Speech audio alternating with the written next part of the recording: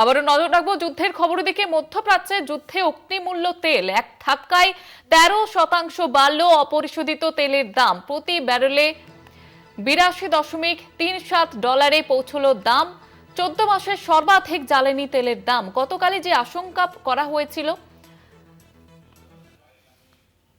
Hormuz প্রণালী অবরুদ্ধ করেছিল ইরান, এবং তারপরে যে আশঙ্কা দেখা দিয়েছিল, বিশেষজ্ঞরা যে আশঙ্কা করেছিল যে তেলের দাম আকাশ ছোঁয়া হবে এবং বিশ্ব অর্থনীতিতে তার প্রভাব পড়তে পারে, এমনটাই কিন্তু আশঙ্কা প্রকাশ করা হয়েছিল গতকালই। এবং সেই রকমই কিন্তু এবার দেখা যাচ্ছে যে প্রতি ব্যারেলে $82.37 পৌঁছলো দাম, এবং বলা যেতে পারে যে এক ধাক্কায় যে দাম বৃদ্ধি, তাতে বিশ্ব অর্থনীতিতে কিন্তু এর প্রভাব আরো পড়বে, এমনটা কিন্তু আশঙ্কা করা হচ্ছে। মধ্যপ্রাচ্যে যে যুদ্ধ পরিস্থিতি তৈরি হয়েছে, তাতে অগ্নিমূল্য তেল এক ধাক্কায় 13% বাড়ল। অপরিশোধিত তেলের দাম প্রতি ব্যারেলে $82.37 পৌঁছলো দাম। 14 মাসের সর্বাধিক জ্বালানি তেলের দাম। যুদ্ধ পরিস্থিতিতে আরো দাম বাড়ার আশঙ্কা,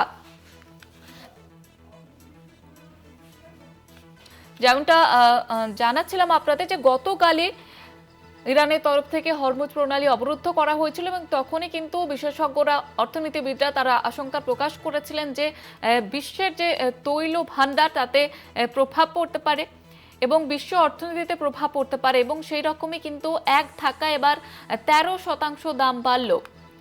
মধ্যপ্রাচ্যে যে ভয়াবহ যুদ্ধ পরিস্থিতি তৈরি হয়েছে, তাতে অগ্নিমূল্য তেল এক ধাক্কায় 13% বাড়ল, এবং অপরিশোধিত তেলের দাম বাড়ল। প্রতি ব্যারেলে $82.37 পৌঁছলো দাম। 14 মাসের সর্বাধিক জ্বালানি তেলের দাম, যে রকমটা আশঙ্কা প্রকাশ করা হয়েছিল গতকালই হরমুজ প্রণালী অবরুদ্ধ করার পরে, যে বিশ্বের যে অর্থনীতি তাতে প্রভাব পড়তে পারে, সংকট দেখা দিতে পারে তৈল ভান্ডারে, এবং দাম বাড়ার যে আশঙ্কা সেটা কিন্তু গতকালই প্রকাশ করা হয়েছিল।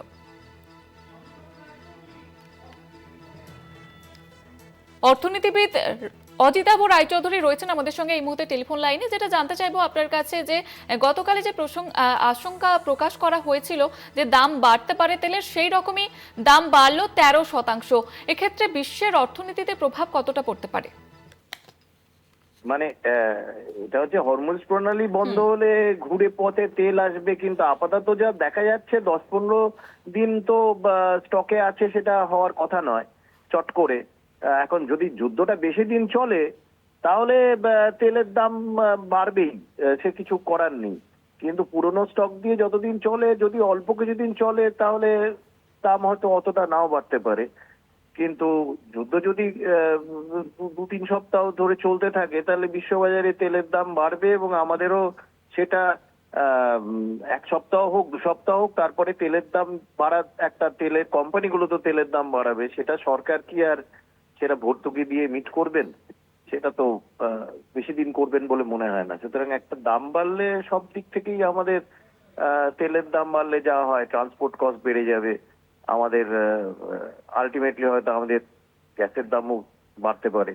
এগুলো তো সম্ভাবনা থেকেই যাচ্ছে। ধন্যবাদ জানাবো আপনাকে। অর্থনীতিবিদ অজিতাভ চৌধুরী ছিলেন আমাদের সঙ্গে টেলিফোন লাইনে। যেমনটা জানাচ্ছিলাম আপনাদের, যে মধ্যপ্রাচ্যে যুদ্ধে অগ্নিমূল্য তেল 13% বৃদ্ধি, যেমনটা আশঙ্কা প্রকাশ করা হচ্ছিল গতকালই হরমুজ প্রণালী অবরুদ্ধ করেছিল ইরান, এবং তারপরে যেমনটা আশঙ্কা করা হচ্ছিল সেই রকমই এবার 13% তেলের দাম বাড়ল। এর ফলে বিশ্ব অর্থনীতিতে বড়সড় প্রভাব পড়ার আশঙ্কা। 14 মাসের সর্বাধিক জ্বালানি তেলের দাম 13% বৃদ্ধি, এবং যে মধ্যপ্রাচ্যে ভয়াবহ যুদ্ধ পরিস্থিতি তৈরি হয়েছে, তার জেরে এই অগ্নিমূল্য, এবং এই যুদ্ধ পরিস্থিতি যদি শান্ত না হয় তাহলে আরো দাম বাড়বে, এমনটাই কিন্তু আশঙ্কা প্রকাশ করছেন অর্থনীতিবিদরা।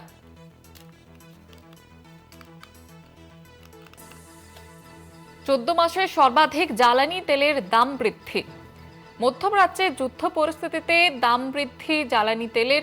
14 মাসের সর্বাধিক তেলের দাম বৃদ্ধি এবং 13% দাম বৃদ্ধি। হরমুজ প্রণালী অবরুদ্ধ করেছে ইরান এবং তার ফলে যেমনটা আশঙ্কা করা হয়েছিল সেই রকমই তেলের দাম কিন্তু বাড়লো এবং যুদ্ধ পরিস্থিতি যদি শান্ত না হয় তাহলে আরও দাম বাড়বে, সংকট দেখা দিতে পারে, সে তেমনটাই কিন্তু মনে করা হচ্ছে, আশঙ্কা প্রকাশ করা হচ্ছে। তেলের দাম আকাশ ছোঁয়া হওয়ার আশঙ্কা এবং সেক্ষেত্রে সামগ্রিকভাবে প্রভাব পড়বে বিশ্বের অর্থনীতিতে।